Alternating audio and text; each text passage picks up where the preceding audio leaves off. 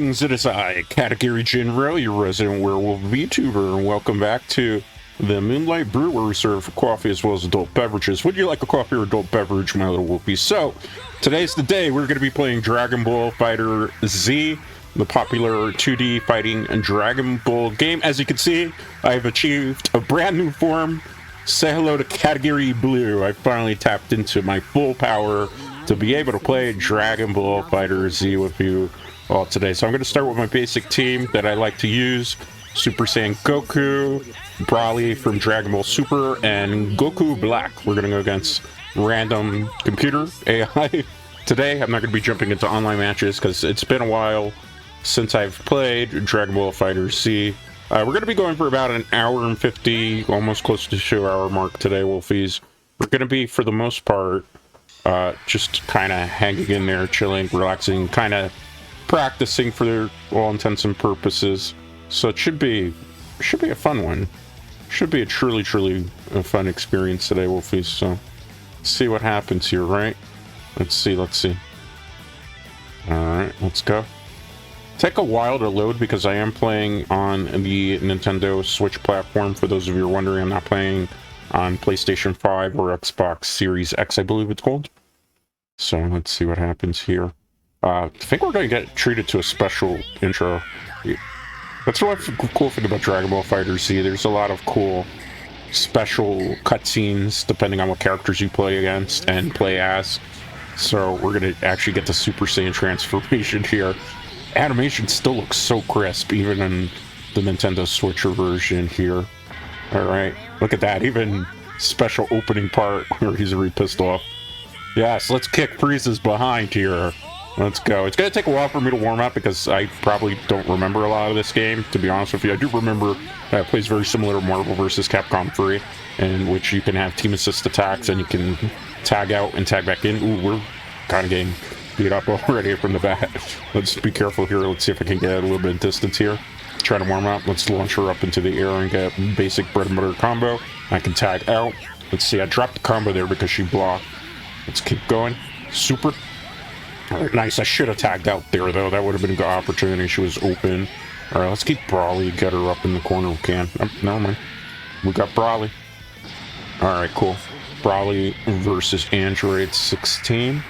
Let's see here. I'm going to go for basic combos for the most part to start off. I don't think I'll get a perfect off the bat. Nope, definitely not. Oh, no. We got cornered. That's the one thing in Dragon Ball Fighter Z that I notice a lot, particularly when you're fighting with the AI. Like, you just get kind of corner comboed to death here in this game. Kind of reminds me of the old Street Fighter 2 and Street Fighter First Strike games, you know, from back in the past. Oh, we got a really cool finisher there. That was actually really cool. We threw him into the mountain. Alright, let's take out Frieza, Goku Black. I want to try to hit an ultimate when we do finish players in this particular thing. Can I hit with that? Let's see. Did I get it? Oh, he dodged out of the way. Son of a monkey. That's like a catch finisher. We're not going to be able to power that up. So let's just finish him. I'm going to go 2 out of 3 for every match that we play here. Best 2 out of 3. You know, I don't suspect I'm going to lose too many matches because I'm pretty decent at this game. I'm not like a super fanatic. I'm not going to be part of, like, you know, fighting game tournament community, but I do my best. Animation is so freaking cool in this game. Is it not, Wolfies? What? Alright, let's rematch. Because I want to really end things fancy. I'm just kind of one of those type of people. We've already pretty much seen this, so I'm going to probably skip a little bit of it here in a second. That's really cool, though. I love the fact that there's unique cutscenes depending on what characters are going against each other. Now, some people are asking if I was going to play Dragon Ball Xenoverse 2. I am waiting for the new DLC to drop, but I might jump back into Xenoverse 2. I do have a character. I heard some things about Xenoverse 2 recently, that they're going to be changing how the TP medals work. So basically that's like the in-game currency that's also sold as microtransactions. Oh man, I got caught in that grab there. That's what I get for not really paying attention. Let's see if I can launch him up into the air and switch out. Keep that combo going. 11-hit combo. That wasn't perfect. Oh, man. We got punished there for getting a little too aggro. Let's see if I can launch him up in the air here. Okay, let's keep the combo going. I wanted to tag out there, but I didn't have it on ready. Let's go hit that freaking finisher there. Ultimate attack. Let's just blow up the area while we have a chance, right? Wolfies, it makes a lot of sense. And goodbye, Planet Namek, we barely knew you. So, yeah, like I was saying, Xenoverse 2 apparently changed its currency now, so it's going to be switching over to something called Super Time Patrol medals, not to be confused with regular Time Patrol medals, where apparently you can only be able to purchase those on the internet, so it's going to be like V-Bucks, and you can only be connected to the internet to be able to do that. So I feel sorry for those Dragon Ball Xenoverse 2 players that want to get some of that currency and won't have to spend money. I feel like they're going to be changing a lot of the prices on just even those medals now, because whenever something's called Super, that's a really cool animation there, it's never truly super. Let's see if I can launch her up in the air again. Let's see if I can finish with Goku Black here. I think she just got caught because she landed. Yeah, she did. She got hit in the ultimate there. Let's go. Swipe you to death. Grim Scythe, I've learned that from some resident Grim Reapers that are around the YouTubes. Alright. We got that win there. Goku Black, one of my favorite characters in this game. This is my favorite team, really, to be honest with you. I actually thought about getting a Goku Black type of, like, legally distinct costume and putting the Goku Black hair, the rosé form, but I don't know. I feel like that was going to be a little too much. And we're not on the side of evil, Wolfies. We're on the side of good. So the Super TP medals, I don't know, really. I don't know how I feel about that. I don't really play enough Xenoverse 2 that it's going to matter too much. As long as you can earn that currency in-game still, so that you can unlock certain things. Like, I know there's a lot of people who care about, like, the gifts that you get. I've missed so many Xenoverse 2 events because I don't really play my Nintendo Switch too much anymore online. I've mentioned this in previous streams as to why that is the case. But, so I missed a lot of those events. Like, I haven't even been able to unlock the Supreme Kai of Time because it's just not available because you have to be, like, connected to internet during certain events to do it, and I'm just never around. You know, your resident werewolf VTuber is always really busy. Oh, man. Super Saiyan Gogeta 4? That's going to be tough. Alright. We're going to do random app again. I'm going to be messing around and experimenting with some teams too, Wolfies, so keep that in mind. So it's not always going to be something very finesse. So we're going to do Vegeta, Super Saiyan, Broly from Dragon Ball Super, Frieza, Super Saiyan Gogeta 4 we're fighting, Android 21 human form, and Hito. Let's see how we do here. Do you believe in me, Wolfies? Do you believe in me the way that I believe in all of you? So it's kind of funny because a lot of people kind of know this. If you follow me on social media, you follow me on my Twitter, you follow me on, well, I'm not really on Instagram, but I am also on Threads and Blue Sky. You know that I am been a very, very big Dragon Ball fan. I grew up with Dragon Ball. First exposure to Dragon Ball would be Dragon Ball Z back in the, you know, the Toonami era. Oh, it's way, way back in the Toonami era. So, you know, I watched originally the Ocean dub of Dragon Ball Z. You know, the Ocean dub only goes up to, like, right when Goku gets to Planet Namek and takes out Recoome in one hit. And then it's like, is it true? Has Goku become the legendary Super Saiyan? Find out on the next Dragon Ball Z. And you know what happens? You know what happens, Wolfies? With the original dub, it only goes up to that point because they didn't get the license to the rest of the anime. So what ends up happening is you're like, wait, what's going to happen next? I can't wait to see what happens next. And you're watching on Toonami, and it goes back to Raditz Pod flying into the Earth space to meet up with the farmer. So for a while, people would rewatch the series with the Ocean dub on Toonami and be like, yeah, this is going to be great. Let's see. Maybe we'll finally get to see the Frieza episodes. Maybe we'll finally get to see it. And guess what? It never came around. So where I was living at the time, you know, it was a big metropolis that had, you know, what's the politically correct term to use? We basically had our version of Chinatown, right? So, you know, it's Chinese markets that sold, you know, a lot of Chinese products, and also, you know, because anime was getting popular in the East, they sold a lot of, like, at that time, it would be anime VHS cassettes that were basically fan sub. Little did a lot of us know at the time, we're basically, like, buying, not necessarily pirated stuff, but kind of, yeah, pirated, like, ripped off bootleg fan sub of stuff. So what ended up happening was I had a friend that I went to high school with, right?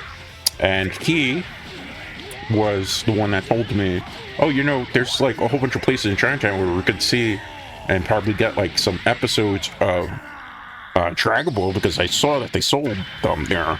I'm like, wait, but it's going to be the same things that we already have been watching on TV, right? Clearly this can't be right.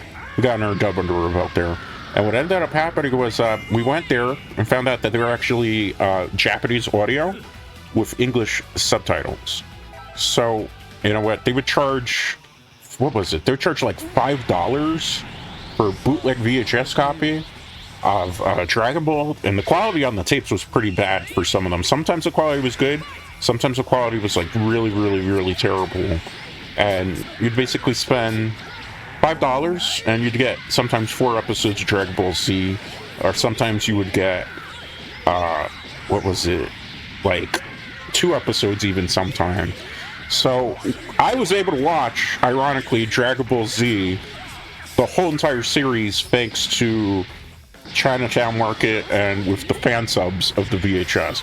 I might have dumped, I don't know, I think at least a good $100 or $200 on the whole Dragon Ball series. Because when you think about it, Dragon Ball, there's 295 episodes, and on each fan sub tape you would get like 4 episodes maximum. So we'd get about 4 episodes depending, and they would sell them like in sagas, right? So it would be the Frieza saga, there was the Ginyu saga, there was like the Namek saga. So I started, obviously, since I saw the rest of the show at the beginning episodes, Vegeta saga, I started with the Frieza saga and moved on to what was considered the Return of Garlic Jr. saga, and then there was the Cell saga, it was non-perfect Cell saga, imperfect Cell saga, perfect Cell saga. Then it went to the Majin Buu saga, and it was a lot of fan sub tapes there, Wolfies. But that's how I got to see Dragon Ball Z. I also saw Dragon Ball GT that way, and then ironically, by the time I finished watching Dragon Ball Z this way, as well as Dragon Ball GT this way, because there was no other way to acquire those type of episodes back then. You know, the internet really hadn't come into existence per se just yet, where you could really download, you know, stuff from the internet. There weren't any DVDs of newer episodes because it was only available in Japan, and this was before Funimation bought the rights to dub over the stuff. So this was like our only exposure to Dragon Ball, like old school anime that never made it over to the States where I was living. I'm not condoning this, keep that in mind. I was like a teenager at the time, I didn't know anything. So I started with like fan subs, and then eventually, obviously, I moved on. And when these things officially got released, I bought the official versions of the VHS cassettes, as well as the DVDs and now the Blu-rays of all this stuff. But that was like how I was able to watch it, because like Toonami took forever to show the new episodes. And then I watched it on Toonami when it came out on Toonami, the English dub of it. But because they changed the voices, and no disrespect to the voices that are currently available in the Dragon Ball, you know, Z, regular Dragon Ball GT, and Super dubs, but I just got so accustomed to watching stuff thanks to the fan sub market and Japanese audio, English subtitles. That's kind of how I ended up watching pretty much a lot of my anime. Because now, even when I eventually started buying like DVDs of anime series and movies and stuff, I couldn't watch the English dubs, never of anything. I always put it on Japanese audio with English subtitles. That's actually how I learned a good portion of Japanese, ironically, from just watching Japanese audio with English subtitles and, you know, picking up on things here and there. It's kind of funny how I really got into it. And then, like, the only really English dubs that I particularly like, I'm not trying to be a snob. If you like English dub, watch English dub. I'm not telling you not to. If you like sub, watch sub. I'm not on either side. I just have my own personal preference. But what I ended up doing, you know, really is just watching Japanese audio. Which gives me benefits too, because like I can watch Japanese programs now. I understand what's going on, and I don't have to actually need subtitles. So I get to watch a lot of stuff from Japan even now on Japanese television, and I don't have to, you know, I just pick up on everything, know what's going on for the most part in conversation. But, you know, so that it's kind of funny, because like the only dubs really I like was Tenchi Muyo. I don't know if any of you are fans of that particular series, even though I suppose by today's standards that would be considered, I don't know, maybe culturally insensitive in a way, because Tenchi Muyo was basically a harem animes. So like with the harem animes, okay, that was a good combo that we got there. Not Piccolo, Krillin didn't do too much there, but we did a pretty good job. Oh, okay, let's take Trunks out. Let's go. Alright. Did I drop the combo there? Kind of dropped it. Oh, Trunks just knocked me up. No. Let's see. I don't want to use the break just yet. There's a break combo that I could use, but we waste a super bar doing it. I don't really want to waste super bars unless I necessary. I dropped the combo there. It's lucky that Goku didn't block there, Goku Blue. Super Saiyan Blue Goku. He's turtling everything. I'm trying to hit him with like some fancy attacks here, and he's just turtling all around, man. So Tenchi Muyo is probably one of the only ones, and Cowboy Bebop. I feel like the Cowboy Bebop English dub is significantly better than the Japanese dub. I don't know. It's one of the few occasions where I saw the show originally in Japanese and then I watched it in English, and I still prefer Cowboy Bebop in English. I feel like the English dub cast of that just did so much better. I was trying to hit him with the ultimate there, but he blocked. He read my attacks like an open book, Wolfies. I'm a little bit mad by that. I gotta be honest with you, just a tad bit, a little bit peeved by that, Wolfies. We tried our best to hit with that ultimate. We're gonna have to rematch him here. Definitely, let's get a rematch here. Gohan. Too bad. You know, one of the things I don't like about Dragonball Fighter Z, besides the fact, well, I don't dislike anything really about the game outside of the fact that there's no more season passes available for the game. It looks like the studio that developed this game kind of has moved on, which is a shame because I feel like this game could have still made a killing in DLC if they added some of the characters that weren't available in this game from Super. Like, how cool would it be if we could get like Super Saiyan Blue Vegeta Evolved, I believe is his name. Some people call it Royal Blue Vegeta. That would have been cool. How about like Rage Trunks would have been really cool to have in this game. Another thing that would have been kind of cool is like full powered Jiren would have been nice to see. Another thing that I would have liked to see is like Beast Gohan, Orange Piccolo. One more DLC pack would have been nice for the game, just to kind of update certain characters so we had updated versions of them. Like, it'd be cool to have like a Dragon Ball Superhero type of DLC. I always kind of hoped every time they announce like a new Dragon Ball Z Fighters patch, or Dragon Ball Fighter Z, excuse me, patch, that they would announce like some sort of new content. But unfortunately, the only game that is never dying and always getting updates, surprisingly enough, is Xenoverse. Does this hit? He looks like he was open. Okay, I was about to say, that should have hit the Hell Zone Grenade there. Like, he was not blocked, he was wide open, looked like he was going for an attack. Let's see if I can switch out here if I can. I don't... See if I can hit or Krillin Super. Uh-oh. Trunks getting fancy on us. Burning attack. Oh.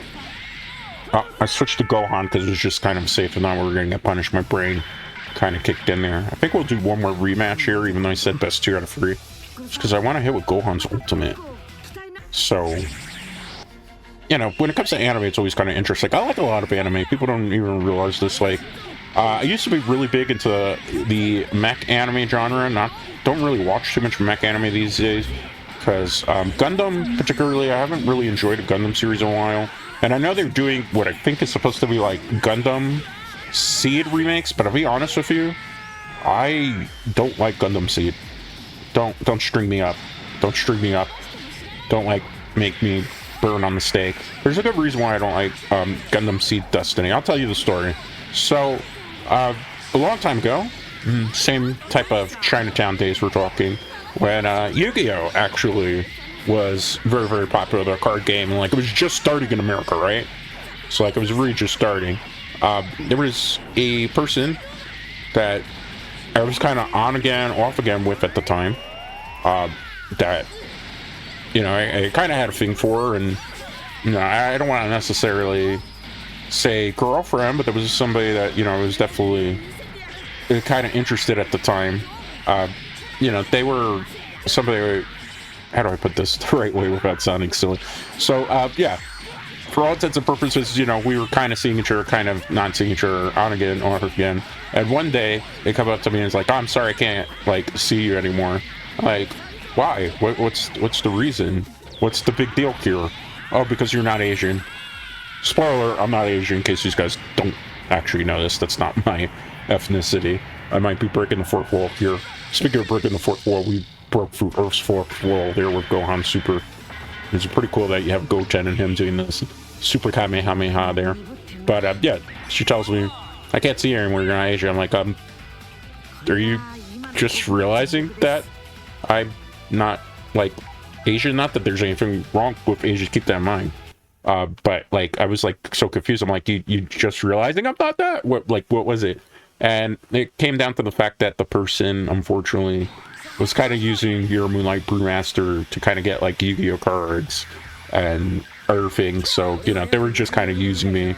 So, like, they ended up getting with another dude at the same local hobby shop. Now, talk about awkward, right? So this guy, like, I have to bump into him all the time. And there was this one time that we were like, I was mutual friends with one of her best friends. It was kind of like a best friend of mine too at the time. It's kind of funny how this all kind of came about. So at the time, he wanted me to go to a Yu-Gi-Oh tournament. He's like, oh, but there's a catch. We gotta go with this person, who was the person, I can't mention them by name, but the person I was kind of on again, off again with, right? So I'm like, oh man, that's not fun. Do we really have to do that? I'm like, okay, fine, because it's a Yu-Gi-Oh tournament and there's a lot of money on the line and, you know, our prize. Let's see what we could do. So we got a Yu-Gi-Oh tournament, right? And it's the most awkward thing because it's me, that guy who really wanted me there. It was kind of like sort of a friend of mine, as well as her friend, and then her boyfriend shows up at the time, right? So it's like there's 4 of us and it's the most awkward experience. And I had to go to like the roughest part of town for this tournament, and you know, it was just in this weird like hobby shop type of thing. So we go to the tournament. It's the most awkward tournament to be in. She gets knocked out first round. BF of hers gets knocked out in the first round of the Yu-Gi-Oh tournament. My friend does respectable. I'm the one that makes it all the way to the finals. Do I win? No, there's too many mental distractions going on that day for me to be able to win the tournament. But I do play second and come in kind of clutch there. And the thing about that I'm saying about Gundam Seed Destiny in particular is that, like, what ended up happening is she was a big, like, not a big time famous cosplayer, but she was into the cosplay scene, right? So again, since this is a small knit community of card players in my particular area, everybody knows everybody. Everybody's Facebook, well, not Facebook at the time, but everybody's social media friends on different like social media websites. So they post photos, and they're posting photos of Gundam Seed Destiny, which was popular at the time, and Gundam Seed with them and their boyfriend in cosplay. So that's why I don't like Gundam Seed Destiny, because I had a negative experience in my past with somebody I was on again, off again dating. So it's a negative sentiment. So like when I saw that the Gundam Seed Destiny show, like the movie, whatever it is airing the remake, I guess it is, like it brought back my day. Some of those memories are like, oh man, I still hate the show. But it's not the show's fault. It's just like all that, how the funny time your Moonlight Brewmaster got used to get free Yu-Gi-Oh cards and to try to get like tournament placement.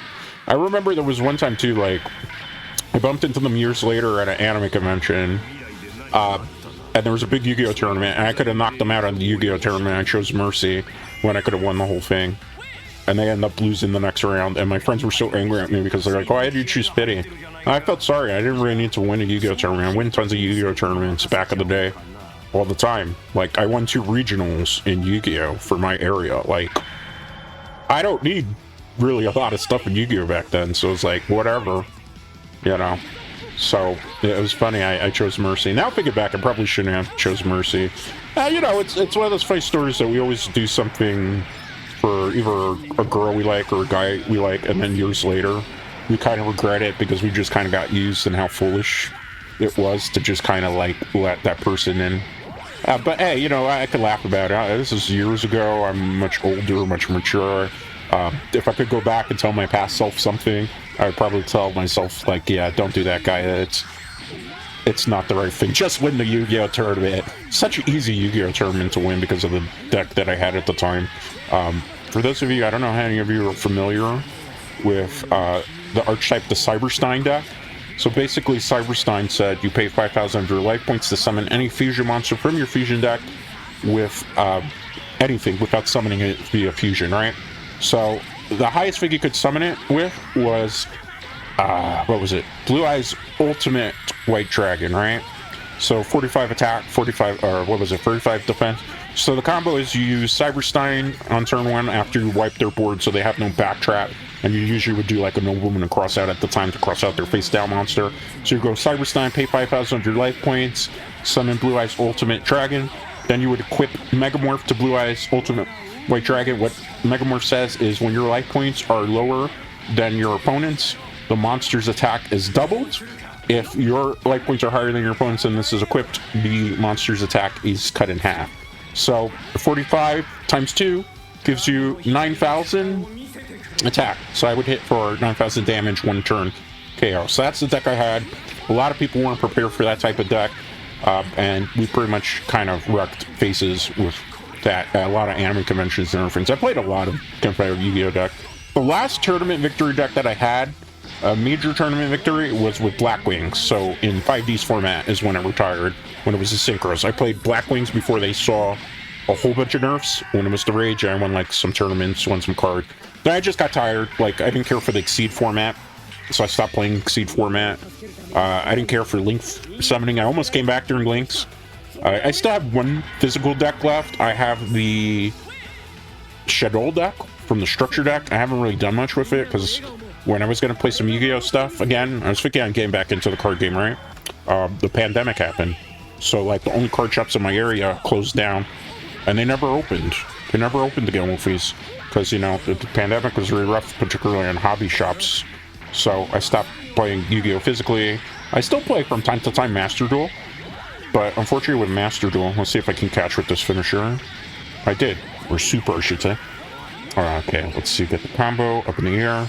You know what I'm trying to do? I'm trying to hit for a dramatic ultimate finish. Let's see if we can get it today.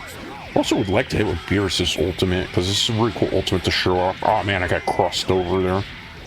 Let me move over here, launch in the air, switch. What I'm trying to do is get Zamasu to tag out, because I want to hit for the dramatic finish. Trunks is my favorite Dragon Ball character, by the way.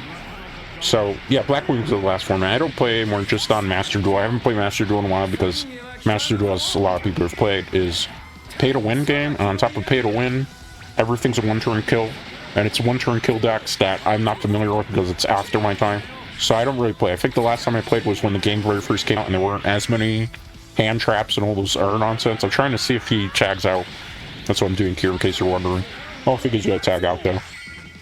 So, excuse me. I didn't mean to go on there. It's been a little bit of a long day, I will be honest with you. We've been doing a lot of recordings, a lot of behind the scenes things, just like getting this particular model prepared. There's another model that I still got to get prepared for Saturday's stream. We're not really going to go over the schedule today, but the schedule has been posted on YouTube as well as social media, so you can check it out there as well. But yeah, so I haven't really been playing much Yu-Gi-Oh! Like, I have a Blue Eyes White Dragon deck that still could be one-turn kill, but it's not as good as a lot of the one-turn go first and you automatically lose decks that are available in Yu-Gi-Oh! Which is a shame. Like, Yu-Gi-Oh! Has really kind of gone to the crapper for all intents and purposes, Wolfies, because now, like, the game's just not fun to play Master Duel. Like, even casual, it's not fun. I tried, like, reload the game on my computer, like, I downloaded it again to try to see if things had changed, and, like, it's not the same game that I enjoy. Everything's just kind of nonsense, like, it's not fun. We knocked them out of the arena. That's bad. Now we can't do the super fancy finish. I'm gonna keep rematching until I get what I want to get done here, so bear with me here. I want a dramatic finish. Alright, that's not a dramatic finish, but that's a nice super finish. I forgot what he calls that particular attack. Does anybody know in chat? What's that Trunks particular attack that he calls it? It's not Raging Blast, is it? It's not Burning Attack. Burning Attack is when he does the hand motions. I don't have hand tracking on my model yet, so I can't do the hand motions, but yeah. Alright, let's skip. I wish we had Rage Trunks in this game. That would be kind of cool. Like, Trunks has always been my favorite character in Dragon Ball. The reason for that is, I could share this because it's okay. It's not really going to dox me. Growing up as a kid, right? My dad died when I was very young. So, Papa Jinro died, like, I was like 4 at the time. He passed away. He had, to my knowledge, it was lung cancer. But the lung cancer, ironically, isn't what killed him. He got, you know, people who are terminal end up with a particular type of pneumonia, which I forgot what they call it exactly. but it's a bacterial pneumonia that a lot of people get. A friend of mine, a really close friend of mine from Dead by Daylight days, passed away actually too from a pneumonia. So it's kind of crazy how years later somebody else died. It was pretty cool if died that way, but I knocked them out of the air area again. I keep making the same silly mistake, Wolfies, so we're going to be rematching one. But yeah, my dad died of like pneumonia complications, cancer when I was like 4. So I kind of grew up, not really orphan per se, but I grew up, you know, with my dad. So it was only my mom. Single mother mom, stayed single most of the time. Sister had to watch me at night so my mom could work during the evenings to be able to provide for us. So, you know, I kind of always kind of liked Trunks and identified with Trunks because Trunks, obviously his dad died before he was even born. So I can relate to growing up without having your dad around because, you know, it's a lot of things that you don't get to do that a lot of our kids you see growing up get to do. Like, you know, my cousin had a dad for a very long time, so I got to see my cousin interact with my uncle. You know, I had friends and their friends had dads that, you know, picked them up from school. So you kind of feel a little bit of a void there because you don't have, you know, your dad, and I didn't even really get to know him that well, right? I don't have like 2 really memories of him, unfortunately, because I was so young when he passed away. And like the 2 memories I have, one is somewhat pleasant, and the other one is not so pleasant because I don't understand why I don't want to leave my dad at the funeral parlor. It's like a really rough memory to have. But yeah, I digress. So like, because I grew up with, you know, my dad had already passed away, it was just my mom raising me. It was very similar to like how Trunks, you know, Bulma is the one that's raising him, and you know, everybody that would be father figures to him are not available because the only one is Gohan, right? So for me, like, you know, growing up, I had my uncle, but my uncle, ironically too, ended up passing away. Like, I can't tell you, man, cancer in particular, as well as other terminal illnesses, is just so messed up. I've seen so many people pass away from terminal illnesses. Even people I know, friends of mine even, passed away recently over the course of like the last 3 years. Like, I had a friend that I was close with for a while, that was from the Yu-Gi-Oh player base. They passed away from a heart attack of all things, which was really sad.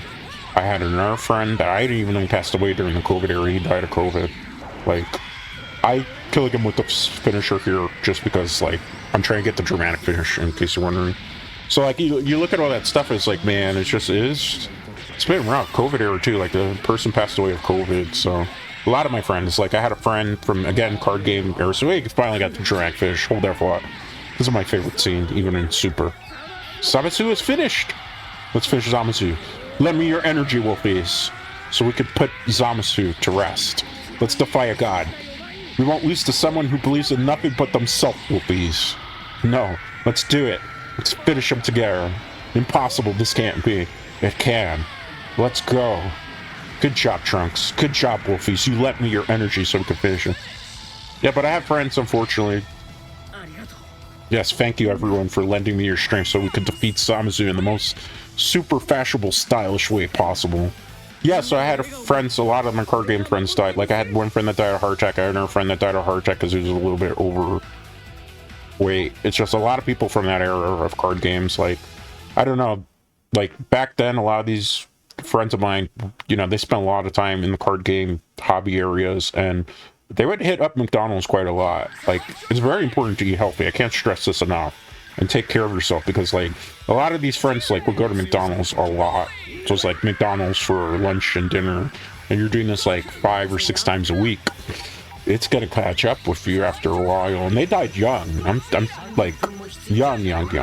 One of them died when he was 18. Another one died when they were 23.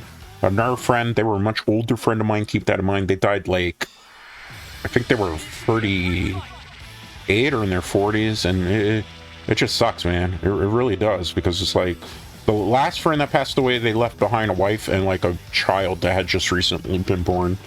You know, it's just, it's rough. Like 2020 and onward, your Moonlight Brewmaster has been exposed to a lot of death around him. Very, very sad, but, you know, so the thing you do about this is you just keep the memory of the people alive in your heart, You cherish the memories. That's what photos are for. You know, you don't take life for granted, I guess is the way I want to give my message to you. You know, live every day like it's your last. I know that's corny to say, but it's truly like that sometimes. I'm going to play as Jiren, even though I don't have the red aura on me. Jiren, one of my other favorite characters from pretty much favorite character in Dragon Ball Super. Just because, again, I don't know why it is. I always gravitate to, like, the loner characters that either were orphaned or had to, you know, grow up struggling on their own. I guess because I just kind of identify with those type of characters best, you know. Even here as a YouTuber, over the course of 4 years, I like to have fun, as you can see here. We've done everything and built us this community solo. You know, I don't really do collabs. I know a lot of people always ask me to do collabs, but I've always kind of felt like when it comes to collabs, and no disrespect to my fellow colleagues as well as our VTubers, like collabs for me are special, right? So I like to do collabs with people that I have a very strong bond with, that we have a good camaraderie with. I don't like to collab with strangers in particular. Like if I don't know you personally, if we've never gamed privately together, we've never like had fun, cool conversations to get to know each other, I don't really collab with people like that. Like I need to have like a true connection. I ever think about it, I'm not knocking people who do it, but like for me, collabs are sacred, right?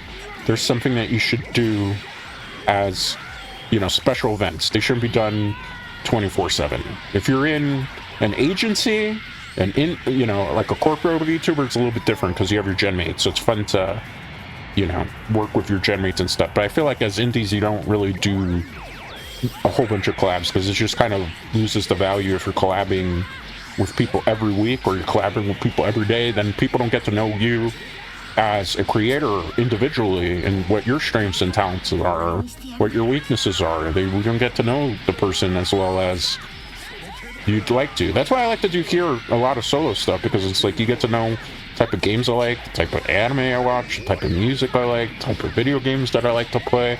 You get to learn things about me.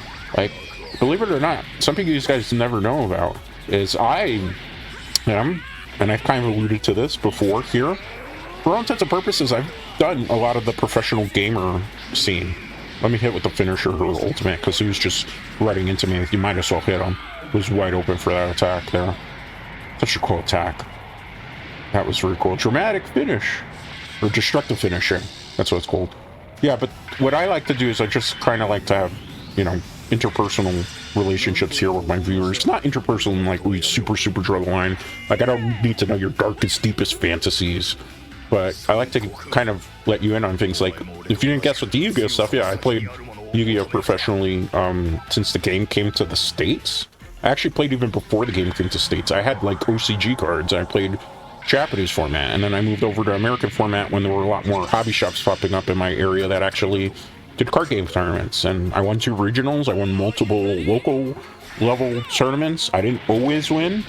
Towards the later half of my Yu-Gi-Oh career is when I really hit my stride, and I, you know, started getting into metagame and, you know, really making trades. And I also judged in Yu-Gi-Oh tournaments for a while, which, if you don't know this, when you judge in Yu-Gi-Oh tournaments, they give you 2 boxes, sometimes 3 boxes, depending on the amount of days that you have to judge for, of whatever the newest set is. So I would get my stuff that way, I would build up my decks that way, I would get more powerful, and then I would go to tournaments. I stopped playing, first time I stopped playing because they stole my stuff at a hobby shop.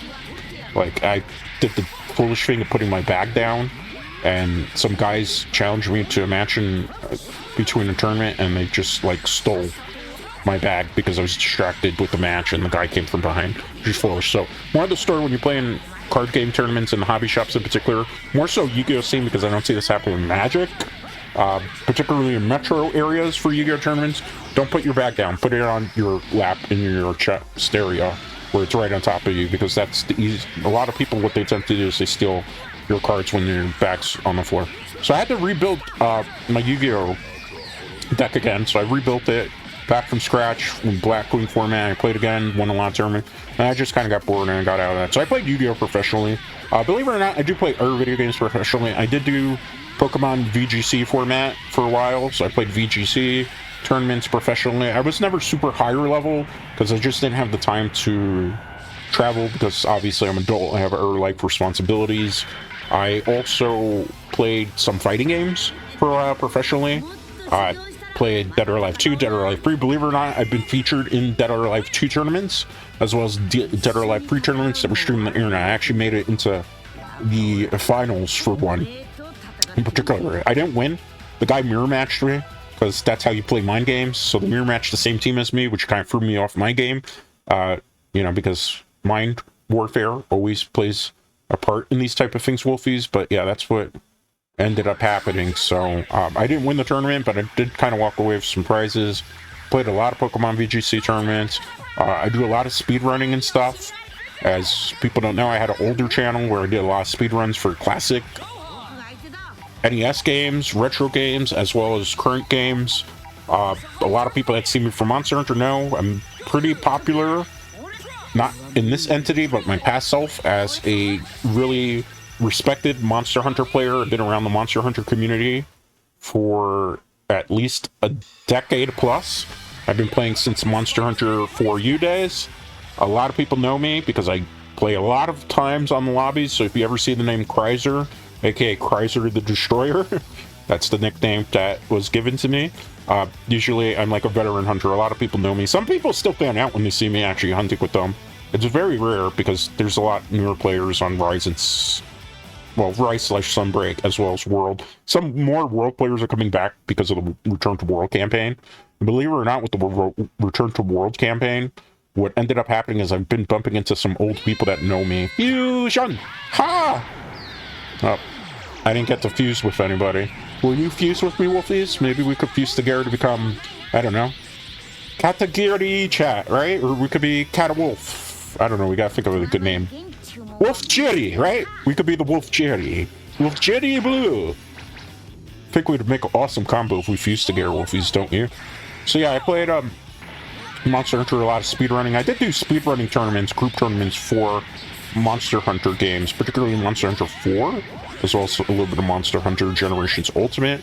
I do have something that I'm planning to do for Monster Hunter World if Return to World campaign comes. Like, I can give you a little hint into it. I want to do something along the lines of speedrunning group tournament type of deal. It's probably going to take a while before we get that whole thing. But my goal, I would love to get a whole bunch of VTubers, big and small, together to do like competitive Monster Hunter World hunting, to like compete for the best time, group times, and do like a kind of tournament there, you know, for bragging rights, because obviously I don't think Capcom would sponsor a small-time streamer like me to be able to do something like that.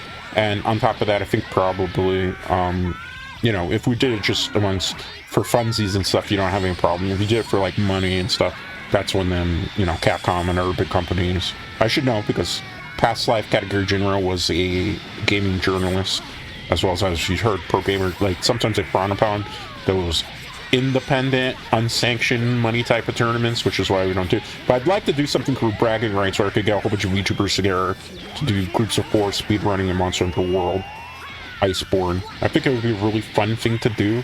I don't know who would be allowed to do it because, you know, obviously I would love to invite some Corpo VTubers, but obviously Corpos don't allow usually their talent to compete in tournaments with indie people.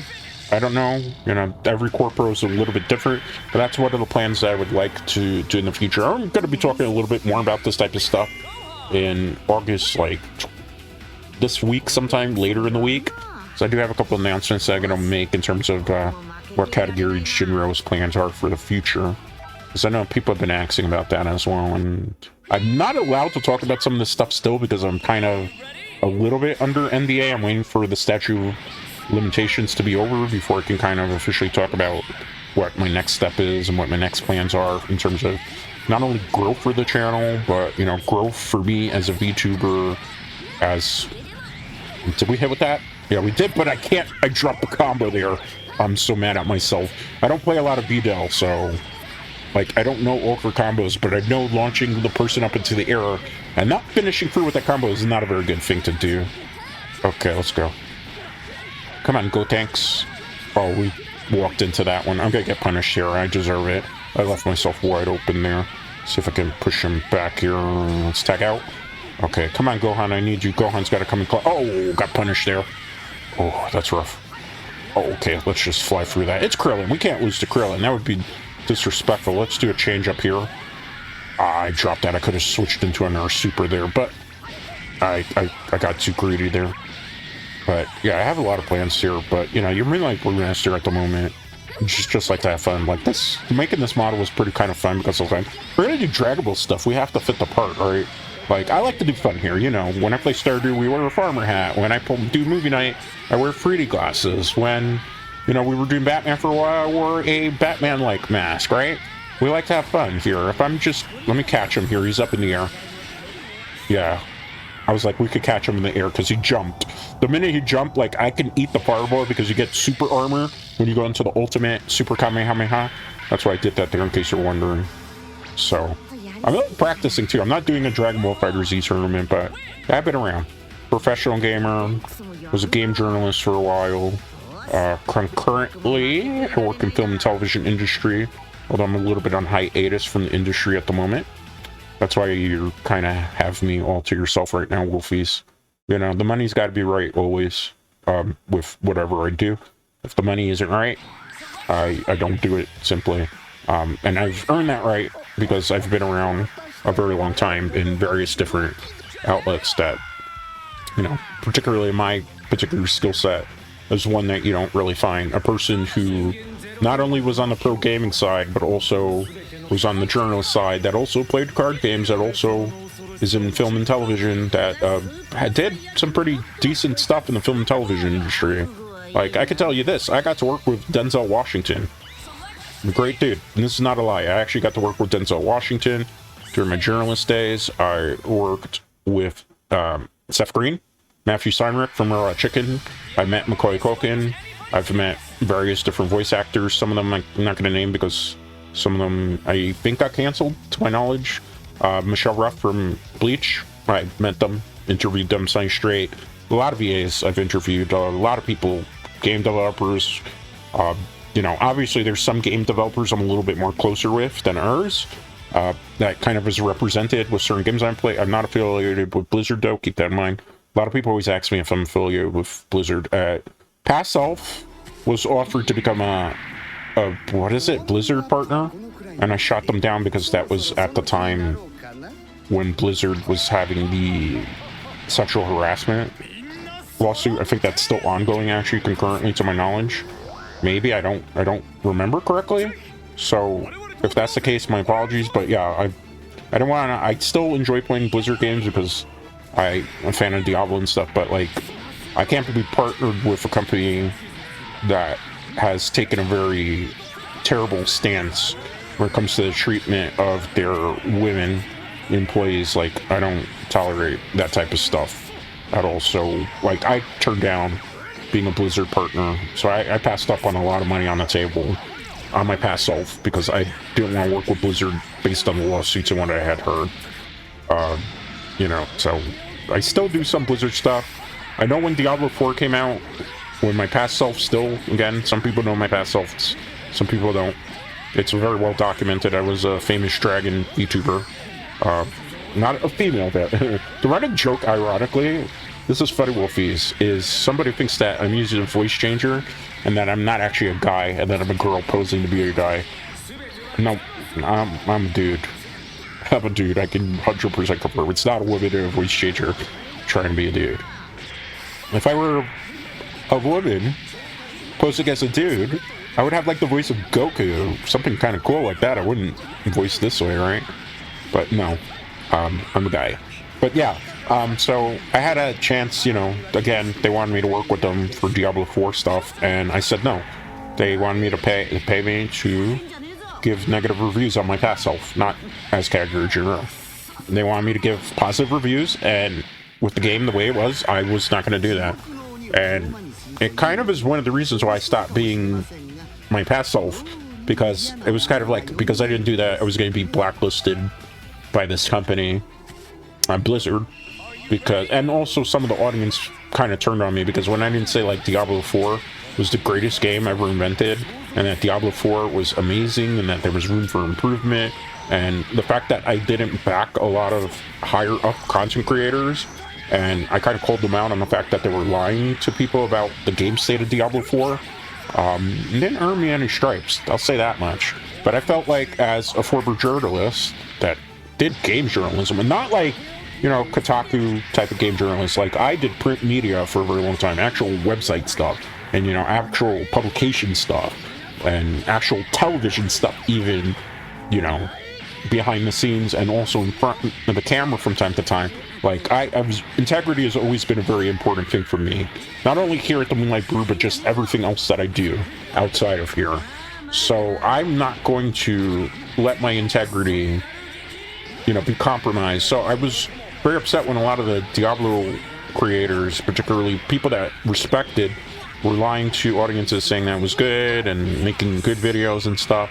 And I called a lot of people out and put me at odds. And, you know, and then when Diablo 4 came out and I didn't jump on the bandwagon, I still played, but I was very critical of it. It lost me favor as my past self, and then I was like, yeah, well, the writing's on the wall here. Telling the truth was just not going to be able to earn me favor to keep doing it. And a lot of people want me to keep playing Diablo 4. I just didn't feel like playing. Like, I play it now still, don't get me wrong. But when I play it now, I'm not trying to, like, sell you on the game. I even still play and I'm like, Eternal Realm still needs buffs. Eternal Realm is still not fun to play. Eternal Realm, you know, is weak. Season's gotten a little bit better, but it's not perfect. Can it get better? Yeah, it can. Is there a lot of things that still need to be changed? Yeah, definitely. Microtransactions, in particular, come to mind. Of, like, the macrotransactions got to be much better. You know, where, you know, could do away with them. We don't need a battle pass in Diablo 4. We really don't need that type of stuff. You really don't. You really don't. You really don't need that type of stuff. You really don't need $60 cosmetics. You know, this type of stuff really don't need to be in a Blizzard game. So I say stuff like that, right, Wolfies? And, you know, the one thing I will always pride you on as a content creator is that I'm not going to lie to you in regards to a game. If I don't like a game, I'm going to tell you I don't like a game. I don't take sponsorships usually, unless, like, I feel like the sponsorship in terms of game is going to be like a good game that I'm going to have fun playing, and it's a genre I like to do. I'm going to be like, hey, let's play this game that's not my genre. I'm going to tell you it's good when it's not. I don't do that. I can't do that. I know there's a lot of people that will do that type of stuff. I'm not knocking those people. Go chase your bag. Go do you. It's just I have a code that I follow as a creator. I've done it for the last 4 years. It's provided me some great success. It's provided me some headaches along the way. But I like to keep things real. I always have. I always will. You know, that's just not gonna... That's really not gonna change. What stage are we gonna play here? I'm gonna do... What is it? Trying to figure out where we're gonna go. You know what? I'm trying to see... I thought that we could do a dramatic finish with Frieza against Bardock. Apparently that's not the case. So... I'm going to try to do dramatic finish with Bardock against Frieza in space, and we'll use some characters I haven't played with today. I'm trying to rotate out teams as much as possible. But yeah, you know, so I don't like to compromise things. So I will always tell you the truth. When an update on a game is good, I will tell you it's good. When I don't like the update, I'll say I don't like the update. If I play a game and I'm not really feeling it, I'm going to tell you I'm not really feeling it. I'm not going to tell you go out and buy something if I feel like it's not worth your money. I'm not going to tell you to not buy something necessarily. You know, I just, you know, you do you, but I'm not going to lie to you about something. Like, I'll give you an example. This happened recently here on the channel too. I can multitask and play this game as well as talk to these guys, so don't worry about that. Like, I did the Puppet Master of the Game series, right? So when Puppet Master of the Game came out originally, I enjoyed Puppet Master of the Game. First update, I thought it was pretty good. Needed some work, needed more content. It was in early access, right? Okay, so a while went by, and we got the Totem update. Totem update for Puppet Master game, added more content. It was a lot of free content, it was pretty good. Then, we didn't get a lot of content for a while, and it was just like DLC packs for a game that's player-based. I've talked about this a lot of times on previous videos. Was just not up there. Like, online, for all intents and purposes, is non-existent. And there were ways to probably promote some of their modes by adding bots to online lobbies outside of just free mode. And they refused to add these things. But every time a new update came out, they were pushing a brand new cosmetic. But they weren't, like, expensive cosmetics that, what are you going to do? Use it for the offline mode, which is 2 on journals? That's not really fun to play. So then there was an update where it was supposed to be the demonic toys were going to come out, right? So before that update, they pushed out a special update, which they gave a comic book Blade skin, which it's fine, I suppose. It was something, but most people have not read, outside of hardcore Full Moon fans of Puppet Master movies, Puppet Master comics, so they're not going to really care. Oh, he blocked the ultimate there. About cel-shaded Blade that looks like a comic book. It kind of looks out of place when there's no comic book skins in the game anyway, right? So in that same update, they released a paid cosmetic that was like $8-9 of Puppet Master Movie 1 Blade. And that was kind of the straw that broke the camel's back for me with that game, because believe it or not, Puppet Master game is based off the first Puppet Master movie. So you're telling me instead of playing like the comic book skin, which, let me see if I can hit with the ultimate Kamehameha here. I think we can hit, because Frieza was wide open there, right? Yeah. Nice. Yeah. Destructive finish too. Let's go, Master Roshi. Old man still got a little kick in him still. He's gonna be in the new Dragonball Fighter game. I will probably get the new Dragonball Fighter game. I don't know if I'm gonna get it on launch though.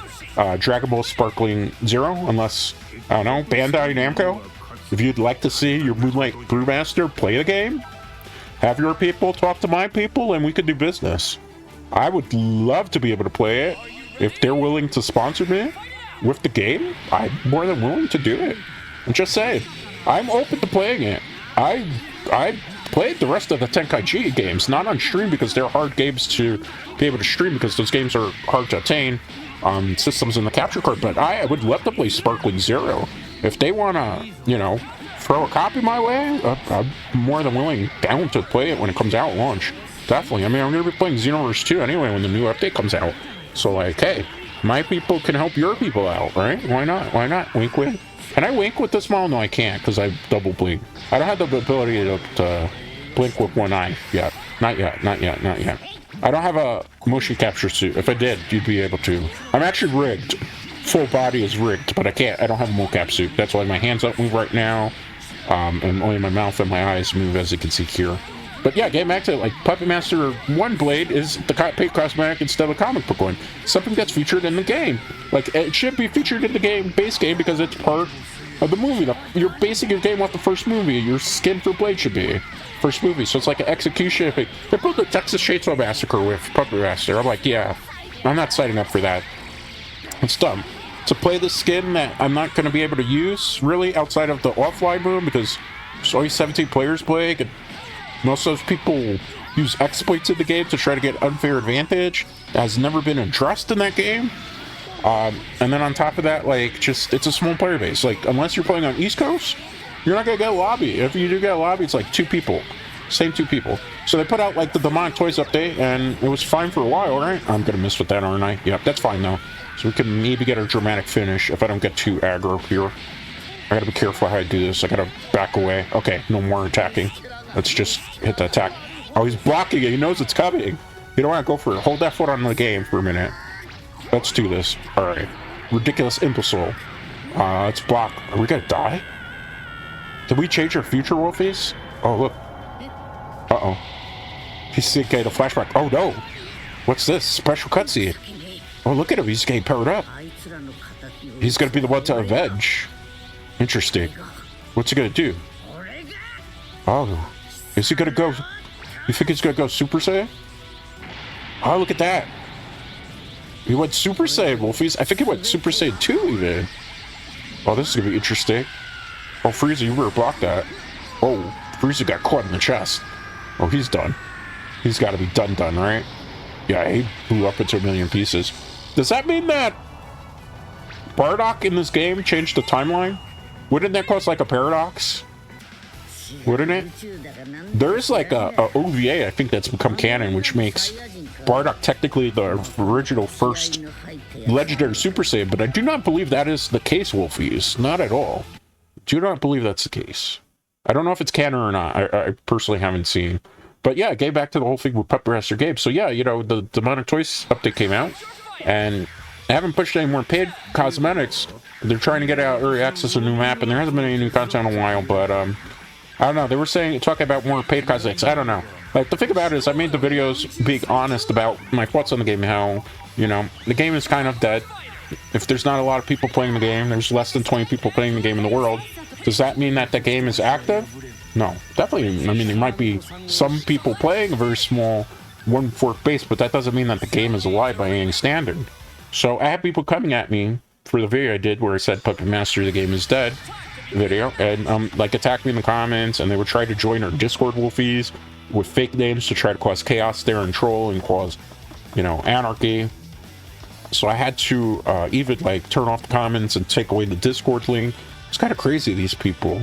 I even had to block some of the people from that game just because it's like crazy. They can't, like, that's the craziest thing in the world now, is that you can't have a critical analysis opinion on something without somebody trying to attack you on the internet, particularly with the video games. Like, I'll give you an example of something recently. You know Texas Chainsaw Massacre, the game? You know I've played Dead by Daylight here, right? But I've never played Texas Chainsaw Massacre, the game. But people know from past self, I loved Friday the 13th, the game, just by the same developers, right?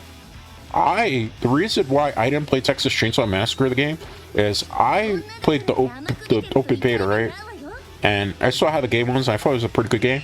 But then, when people from Dead by Daylight community, good friends of mine, keep that in mind. I know a lot of people in the Dead by Daylight community. I don't really play Dead by Daylight anymore because there's a lot of hackers and people are a little too toxic for my taste, and considering your Moonlight Brewmaster likes to keep things a little bit less toxic on our end, I didn't really say anything, you know, like, I don't really play too much because I don't want to, like, get exposed to stuff or expose my viewers to something that would be very naughty, Wolfies. But I digress. You know, so when Texas Chainsaw Massacre came out, in the beta, a lot of Dead by Daylight players were a little bit critical of how the game was and the game state and wanted to see certain things a little bit improved. And this kind of carried on, even when the game very first came out, like out of early access, open beta, whatever you want to call it.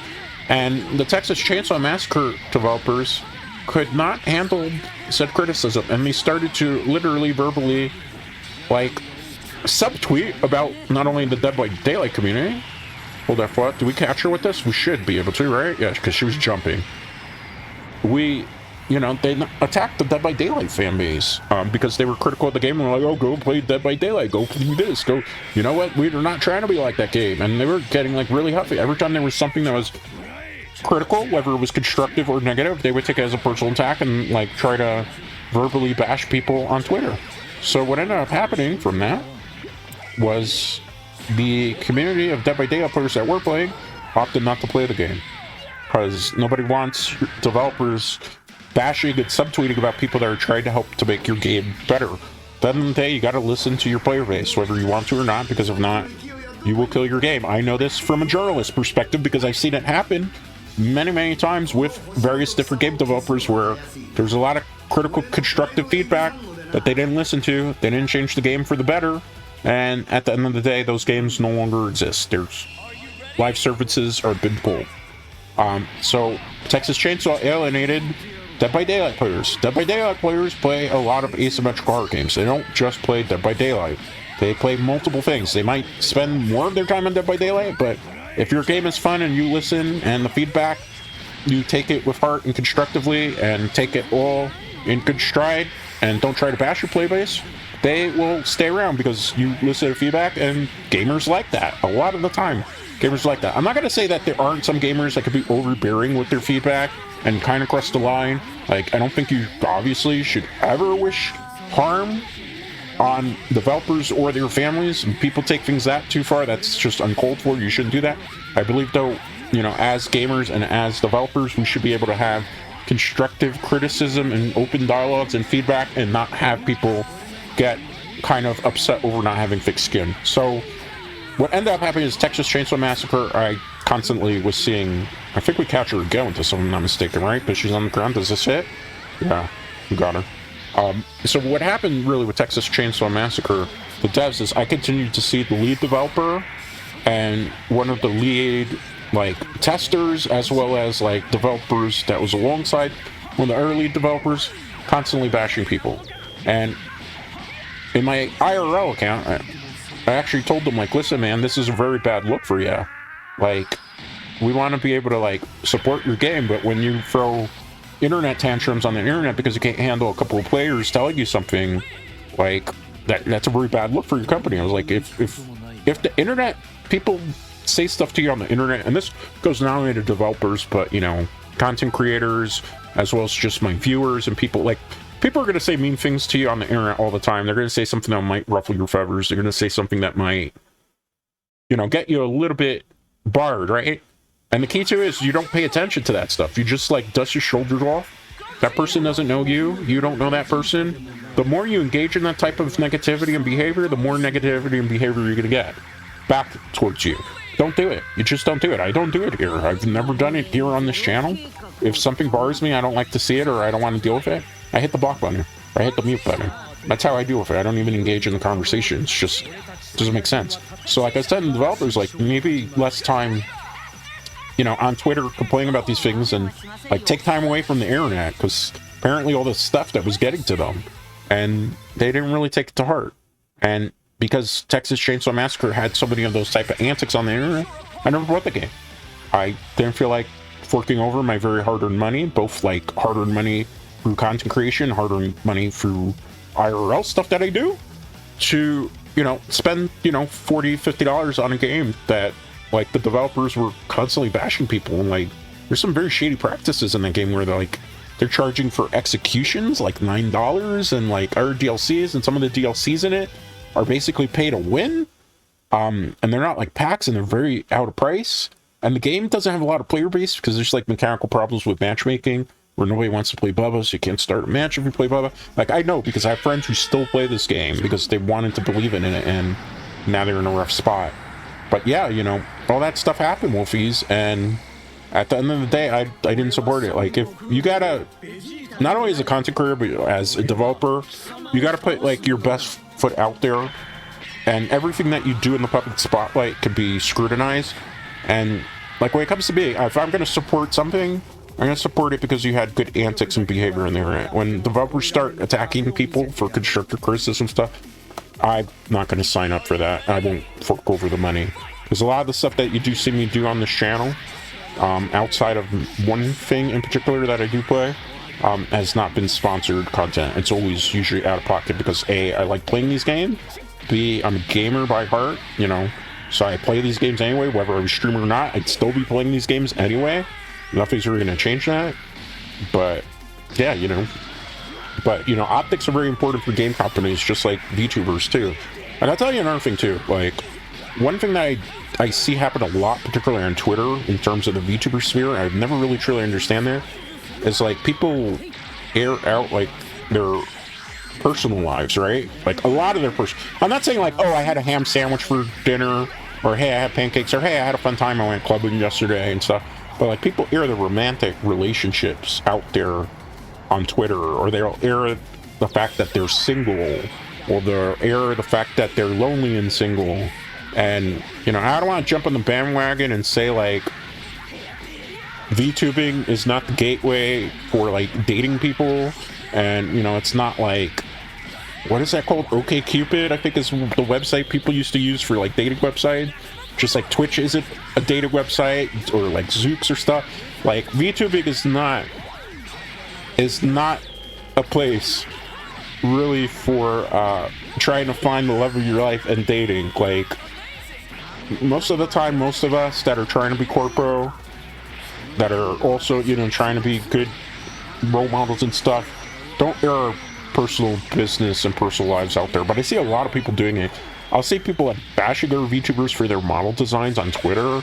I'll see people bashing our people because they don't like what they do, or they don't like their style. And I'm always confused by that, because it's like, I don't understand. Why would you do that type of stuff, Wolfies? Like, it's a bad optic. Like, you have to think of yourself this way when you're a VTuber and you're on like the internet and on Twitter. Anything you say, anything you do, anything that particularly you tweet is like a promo tweet, alright? You have to think of yourself as a business. When I use my Twitter, I'm just like, hey guys, this video's out. Hey guys, I'm streaming right now. Hey guys, I'm working on this. Hey, look, here's a sneak peek at this like Super Saiyan model that I'm, or not Super Saiyan, but Super Katagiri model that I'm working on for this particular shirt. Do you like what we're doing? Hey, this is like a new outfit that I'm working on. Hey, this is what I'm doing. You know, I'll talk about management side of things because, like, you know, some people have a lot of questions as to how my management side of things work, where I'm like, oh, send me official email. And then, like, in regards to collabs and stuff, we'll do business afterwards. I have to go through my team before it can get off my desk. That's how I always put it. I'm not the one that sees the emails. My manager sees it. My manager and I discuss whether we want to do something or not. We'll do it. That's how things work here on the channel. Even stuff that I do in terms of videos, like I meet with my management team to try to figure out whether it's a good idea to do it. We look at numbers. When we see that you guys are interested in watching something a little bit more, I run a little bit more of that. When I see that you guys are not so interested in some of the stuff that we do, I run less of it. I listen to you guys and feedback, but you know, so it's just optics though. But like, I run myself like how I run a business, so I don't say things unless there's kind of a point there, like I'm trying to mentor other people. I don't say things unless it's, you know, in terms of branding, just to kind of, I pulled back the curtain a little bit more today, particularly because I just wanted you guys to kind of get an understanding as to why I never played Texas Chainsaw Massacre the game. Like, there's no other way. It's just really their antics, and I can't support that type of stuff when a developer does that. It's just, it's not a good look for me personally from a brand perspective, and it's not a good look for my viewers if I like support that type of behavior, because then it's like, I'm playing this game, I'm saying it's okay to go buy a game that the developers will bash you if you have constructive criticism. I'm not about that. I'm not gonna put you guys through that. I don't, again, it's my integrity always comes back to play with these type of things. Yeah, so you know, there's that. Like, there's a lot of stuff that's gonna be coming up in the channel. Like, I know a lot of you guys know, or you probably have seen the schedule I posted already on social media, but we will be doing Final Fantasy VII, the original Final Fantasy VII, starting on Saturday at 9 a.m. Eastern this upcoming week. I dropped the combo there. I could have done a little bit more had I followed through, but let's see, he's turtling quite a bit. Yeah, but the kick combo is always got to kind of catch him, because eventually people get, even the AI gets a little greedy and thinks that there's going to be an opening with the wind up with the particular kick of Brawler. I'm not very good as Gogeta, so please pardon. I don't play as much Gogeta. Like, as you see, and I have a favorite team: Super Saiyan, Goku, Brawly Super, and Goku Black. That's kind of my favorite characters. You see, a lot of my core has always been Goku Black, and hold up, let's catch him here. That might throw him out of this map. No, it didn't. Okay. I thought this was one of those maps where it might throw him out of stage. You know, so we'll be doing Final Fantasy VII. It's the original Final Fantasy VII. A lot of people want me to play the remake. I have mentioned this on social media. I don't think I've mentioned it here before. I have such fond memories of the original one. It's like my favorite game, literally. Do we catch him with that? Okay. It's my favorite game, literally, of all time. Favorite video game of all time. So we're going to be playing the original one. I don't want to play the remakes. I'm pretty sure the remakes are good. I have a particular fond memory of the original that I don't want to tarnish. I'm not saying that the old ones, the new ones would tarnish it, but I'm going to keep it with the original one. I want to. And I like to do things a little bit differently on the channel. A lot of people are playing Final Fantasy VII, the trilogy now. I guess the second one's out right now, if I'm not mistaken, including my senpai. So, you know, if you want to watch somebody that plays, I could always recommend my senpai for you to watch them. But me personally, I'm going to do the original, because after watching some people play the remake, it just made me want to play the original more so. We're going to do a couple more matches, not too many more Wolfies. I think we're going to do maybe to about, let's say, an hour and 50 mark. Right now we're at an hour and 15 minutes.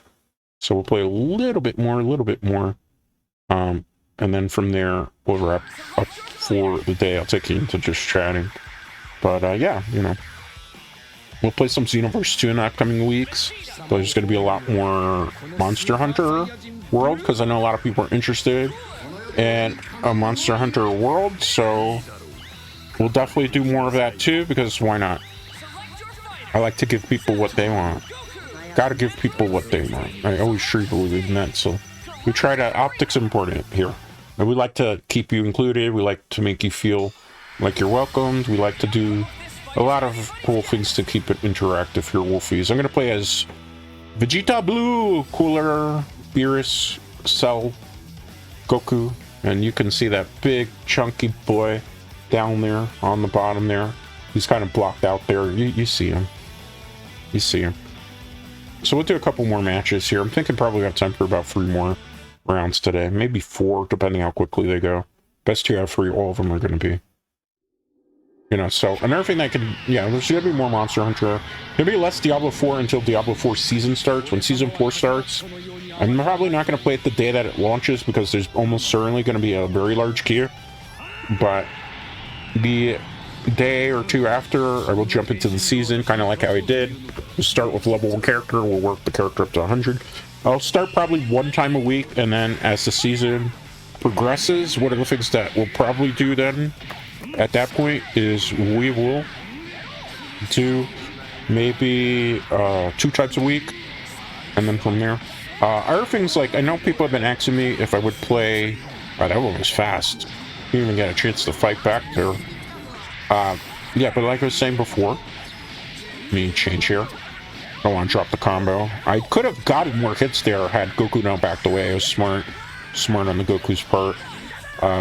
But yeah, like, other things that I want to do is we're going to play World, we're going to do Diablo 4, we're going to mix it up, Final Fantasy 7, we're going to play some of that, OG. We will at some point finish Batman and Resident Evil. Not just yet, because the numbers on the last couple ones weren't that great, so I don't want to run it if you're not interested in seeing more of that. I might do it as a guerrilla stream at some point. People have asked me if I'm going to be on Twitch. A lot of people have been following me on Twitch. At the moment, there are no plans whatsoever for me personally to jump to Twitch or to stream simultaneously on Twitch. My past self did stream on Twitch. I have friends on Twitch. That's the reason why I have my account still on Twitch.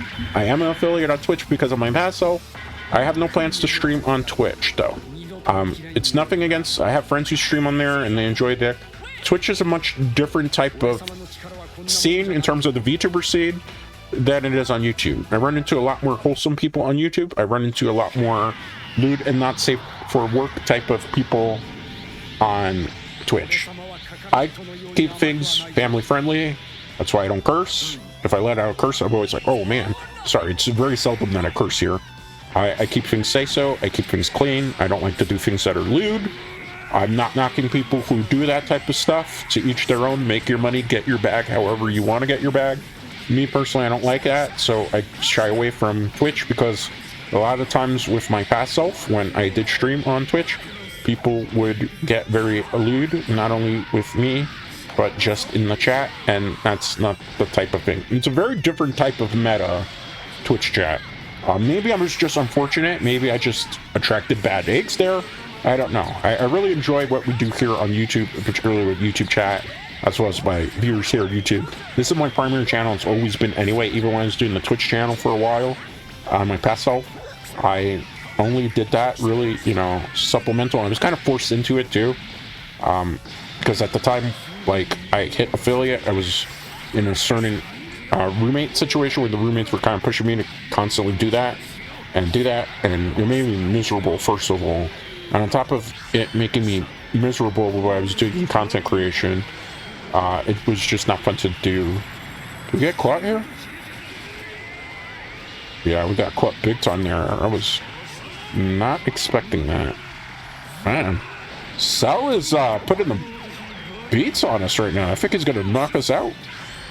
Let's see if I grab him. Oh, I missed. That's so unfortunate. Well, we're not gonna be able to get that there. Just try to catch him with the grab finisher. We weren't able to do that though.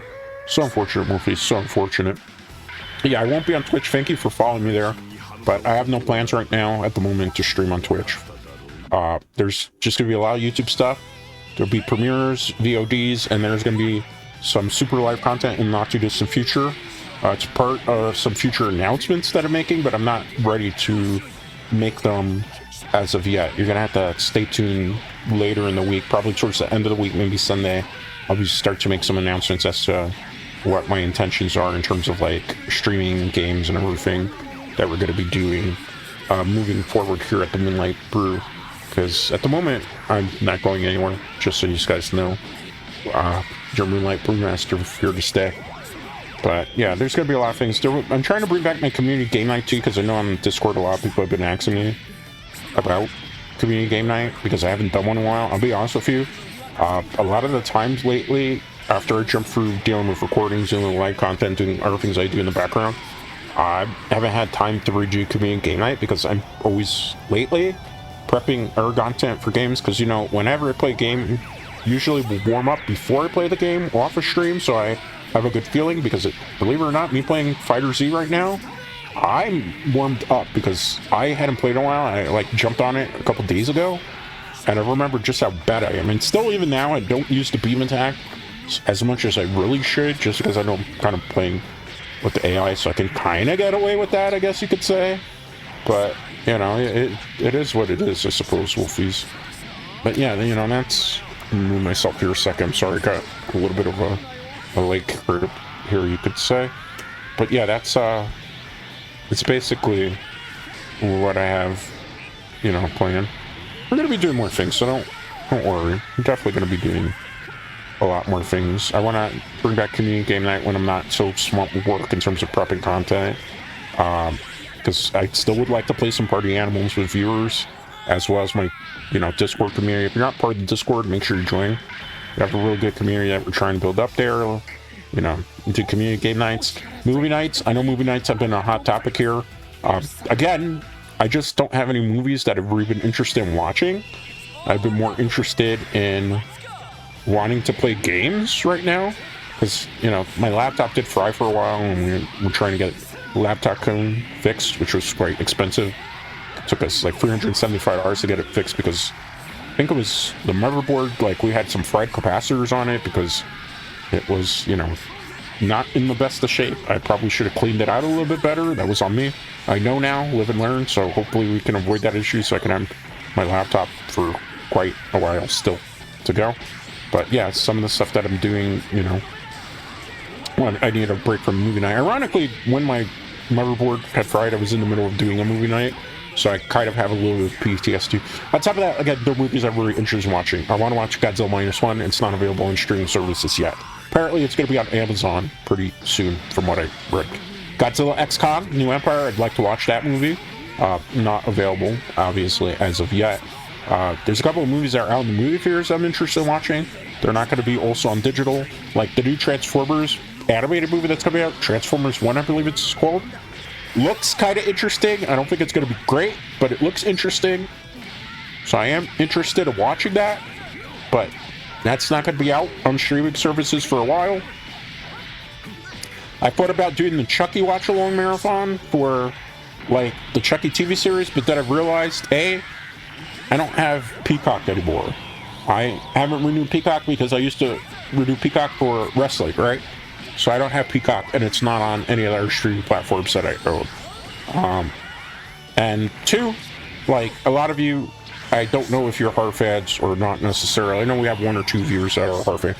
Am I gonna catch up here? Okay. Here we go. Business. Beerus Ultimate Attack. Well, I mean, he did technically give him the business too, Wolfies, right? Am I wrong? Let me take a sip of my water. I haven't been able to take a sip in a while. Would you like another coffee or adult beverage? Speak now, Wolfies.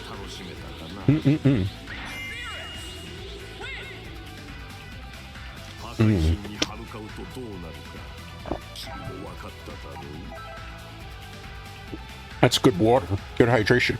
You want another coffee or a beer, Wolfies? You want another adult beverage?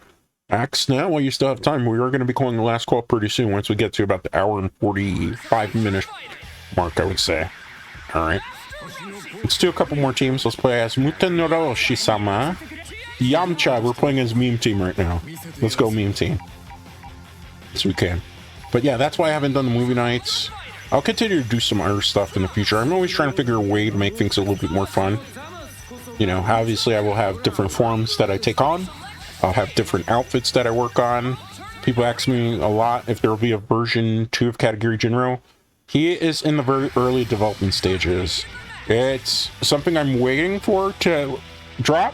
When he drops, it's because I've hit a certain milestone that I wanted to have done.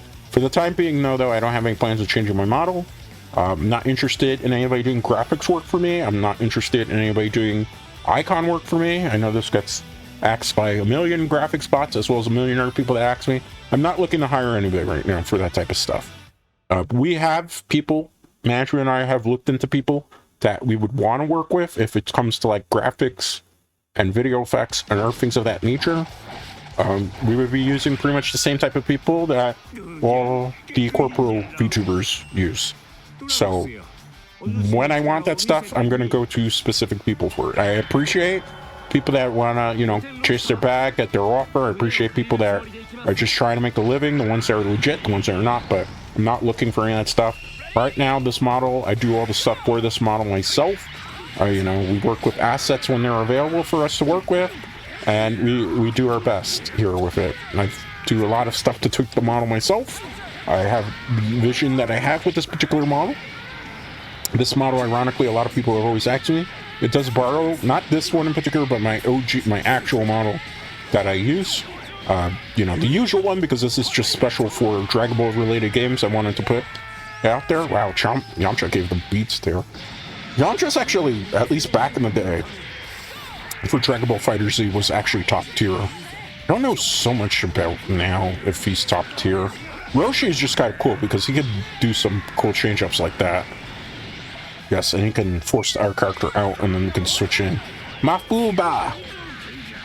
Roshi was so cool. Like, when he came out, I was so happy for his release. Like, he was just so cool to have. A lot of people didn't like that he was part of it. Like, the only one I really wasn't too happy with, in terms of, like, DLC passes, seasonal, was Videl. Because Videl's moveset just bad. And I felt like it could have been, like, Royal Blue, Super Saiyan Blue Vegeta Evolved, whatever you want to call it. In Xenoverse, they call him Super Saiyan... It's Vegeta Super Saiyan Blue Evolved. So I'm assuming that's what he's going to be. We messed with that. Trying to hit him with the Wolfang Fist. Gotta hit him with the Wolfang Fist. We gotta disrespect Yamcha at least once today on stream, right, Wolfies? Alright, let's go. Let's try. Let's give the kicks. Okay, nice. Let's go. Yes, Sukidan! I think that's how you pronounce that weapon. That was cool. That was cool, that was cool, that was cool. Sukidan! Sukidan, Sukidan! Alright, let's go. Let's see. Alright. That's bad. Let's try to give a counter. The animation in this game just still looks phenomenal.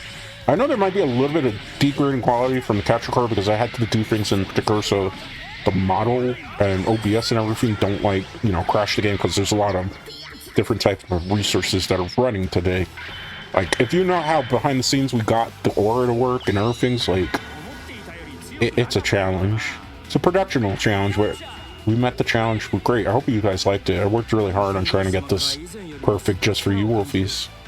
Just for you. Just for you. Do you appreciate it? Do you like it? I had a Super Saiyan form that I was going to use today, but even working with the orange stuff, I felt like it was just a little bit better. Because, I mean, really, a lot of this is based on super characters, right? So what's the highest form that I could achieve? Katagiri Blue. I can't go Ultra Instinct. I haven't learned that just yet. That would have been a little bit difficult for us to pull off, Wolfies. So we went for the next best thing. Super Saiyan Blue. Or Super Katagiri Blue, I suppose you could say. Because we're legally distinct Katagiri Blue, I suppose. Let's go. Alright, cool. Nice, good job, good job. So, you know, there's other things. So movie nights will eventually be back. I'll probably make that a once a month thing.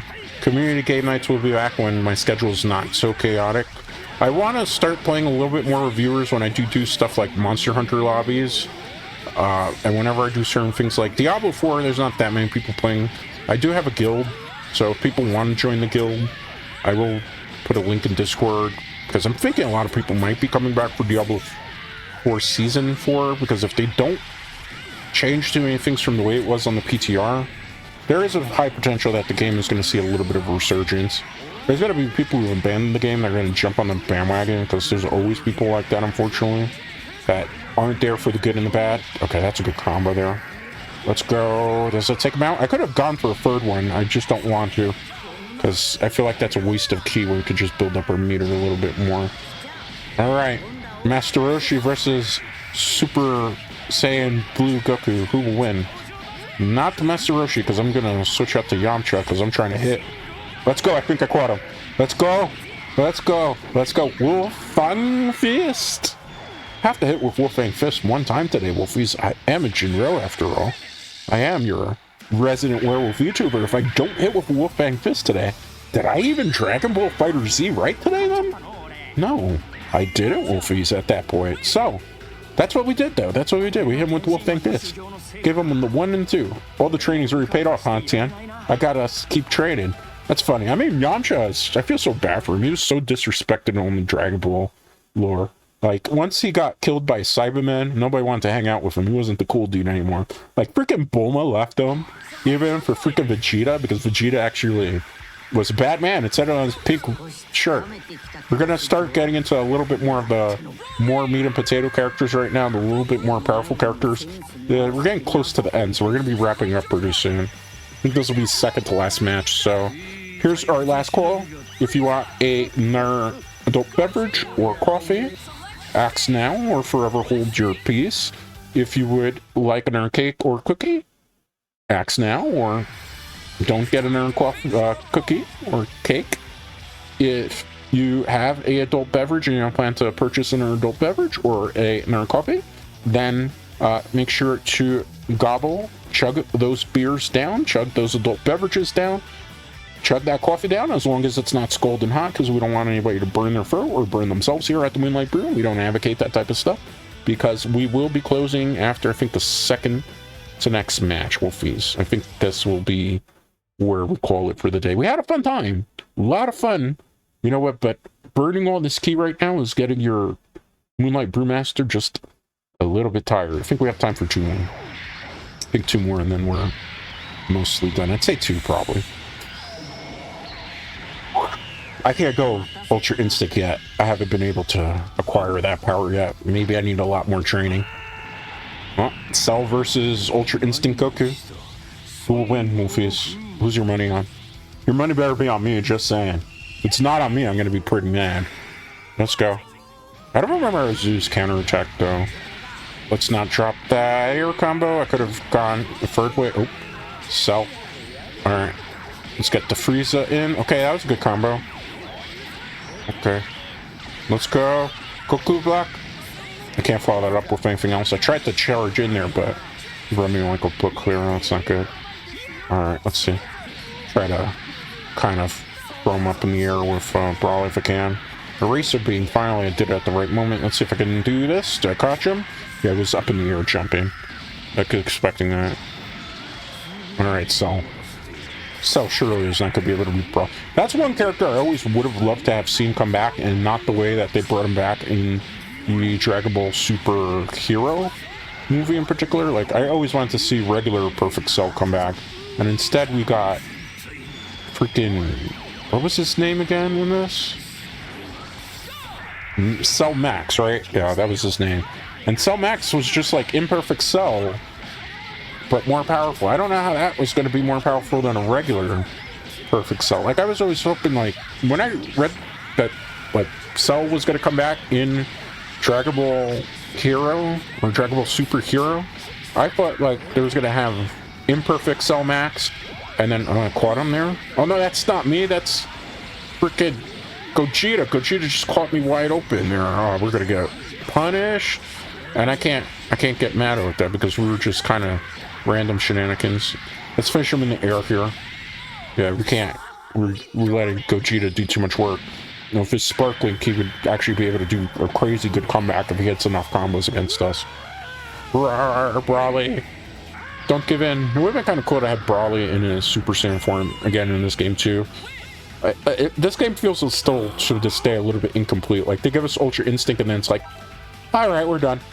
And then they give us, like, you know, freaking Android 21 human form, and it's like, that clears the gateway for a whole new season pass. Nah, I think we're done. And that was it. I'm kind of a little sad by that. Ooh, we got hit with the change up there. You know. But it would have been kind of cool if, like, Cell Max was Imperfect Cell Max, and then he transformed into Perfect Cell Max, and Gohan, you know, had to then face off against a actual verbal type of talking Cell, and it would have been kind of cool to see Gohan and Cell interact once more, and that would have pushed Gohan to the edge to become, you know, I guess Beast Gohan, because it's not Super Saiyan Beast Gohan, it's Beast Gohan. I like what the manga kind of did with the whole Cell Max thing, as well as just the story going forward. And obviously, the reason why I also wanted to do this Dragon Ball Fighter Z thing was as a tribute to the late great Akira Toriyama, because honestly, any little boy growing up, or any teenager growing up for that matter, when Dragon Ball came out, wanting to be like Goku. You know, he created by far, I'm gonna hit with this ultimate guaranteed here. Yeah, he was wide open. Every little boy growing up, you know, wanted to be like Goku. Every teenager wanted to be like Goku. Everybody wanted to train to get stronger like Goku. You know, some people even still at the Moonlight Brew, people that know me personally say, I kind of, when it comes to gaming in particular, have a Goku complex where I will kind of run into a wall. I will feel like a little bit weak, and I will try to overcome my weakness to break through that glass ceiling. That's a Goku complex. And it is truly, I kind of got that from Goku for the many years watching Dragon Ball. You know, so thank you to the late great Akira Toriyama for creating such awesome, amazing characters that really left an impact on a lot of men and teenager boys, and even women, because women like Dragon Ball as well, believe it or not. It inspired so many different generations of people to do their best, always try to surpass their limitations as a human being, and to never give up, truly, which is a very important message that I always try to convey with these guys here too, because, you know, I know a lot of my Wolfies, some of you are VTubers out there that have either just started your VTuber career or are, you know, in the midst of it. Some of you might have had your confidence shaken. Some of you have maybe felt a little bit rattled. Maybe you feel like you haven't done or lived up to your fullest potential. Don't give up. Don't give up. When I started doing things in the very, very beginning, my first video, I had like 138 views. And then the next video I had like 100 views on it. And then the next video I had like 20 and 10. You know, there's up points, there's low points. You dust your shoulders off. You know, I'm grateful that I never gave up, because I put out Diablo 3 videos, and Diablo 3 videos, and the critical analysis videos I did, and the game reviews that I did. You saw 10,000 views, 8,000 views, 9,000 views, 5,000 viewership. Don't give up. Don't give up. Eventually you're going to find your purpose, your stride. Constantly learn to talk to people even when they're not there. Learn to carry conversations. Don't give up. I believe in all of you. Don't give up in the VTubing sphere, you know. Eventually you're going to find your group that are going to be like your gen mates, and you're going to rock, and you're going to roll. And eventually you're going to get those viewers that want to come back and talk and interact with you all the time. You know, it'll start out as one, because it always does. When I did on Twitch, it was the same way. And they will come back, you know. But make sure to treat your viewers right too. Make sure to do things that they'll enjoy. Make sure to listen to them. Make sure to engage with them, interact with them, thank them at every step of the way. Like I say always here at the Moonlight Brew, you know what?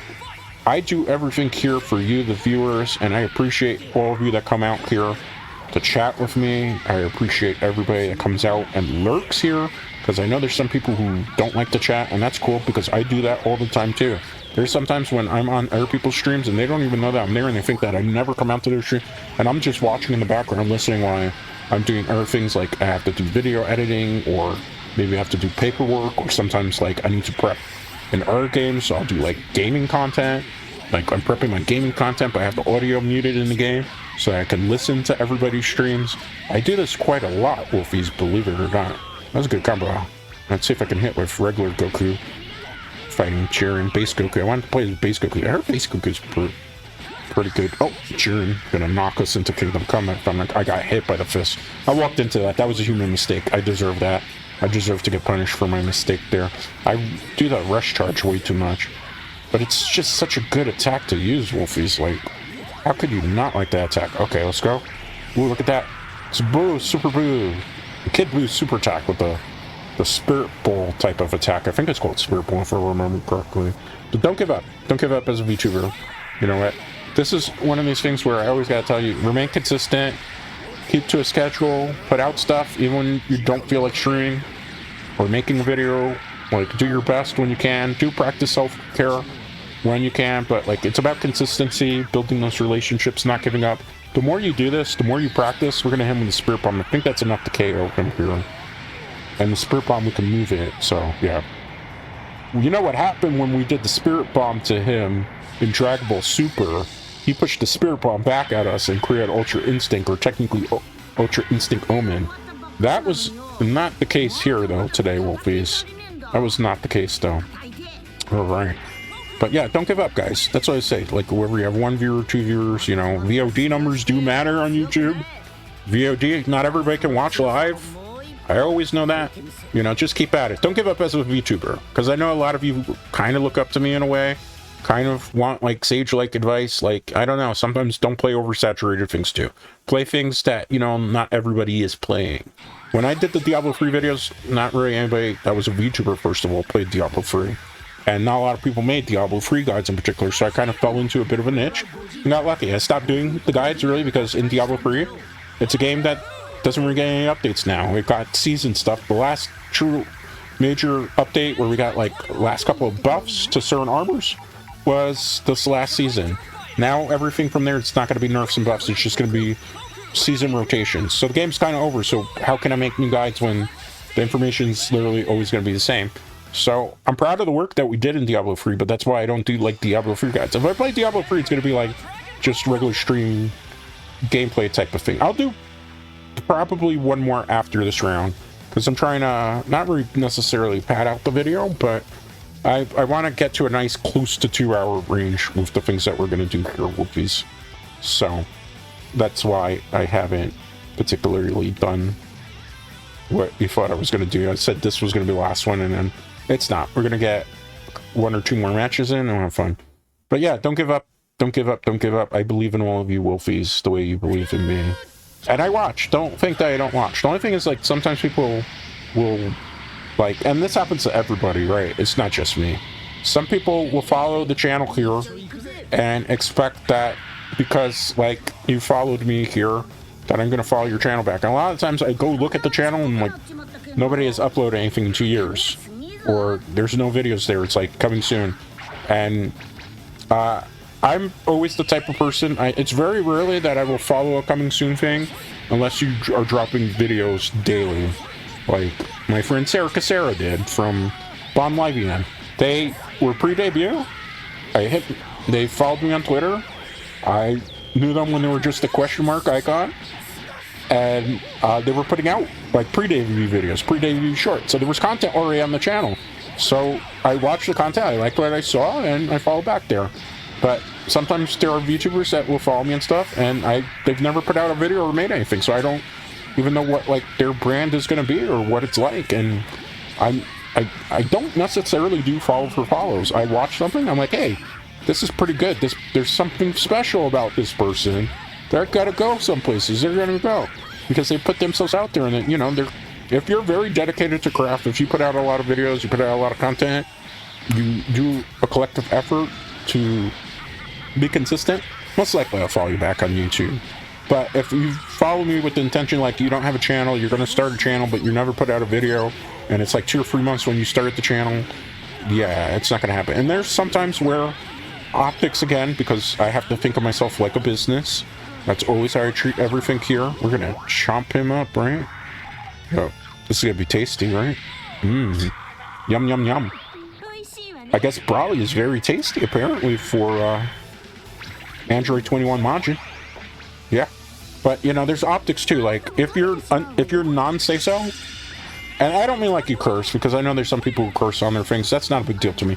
But if you're, like, truly non-say-so, where you're lewd, like very, very lewd and not safe for work, I'm not going to follow you back. I'm sorry, just can't. Like, there's 1 or 2 people that I followed them when they started say so, and then they moved to non-say so, and will be honest with you, I still follow them on stuff because I knew them pre to that, but I actually mute them from my timeline, and I can't follow them on their channels because I have a rule. I don't follow not safe for work content. It's optics, right?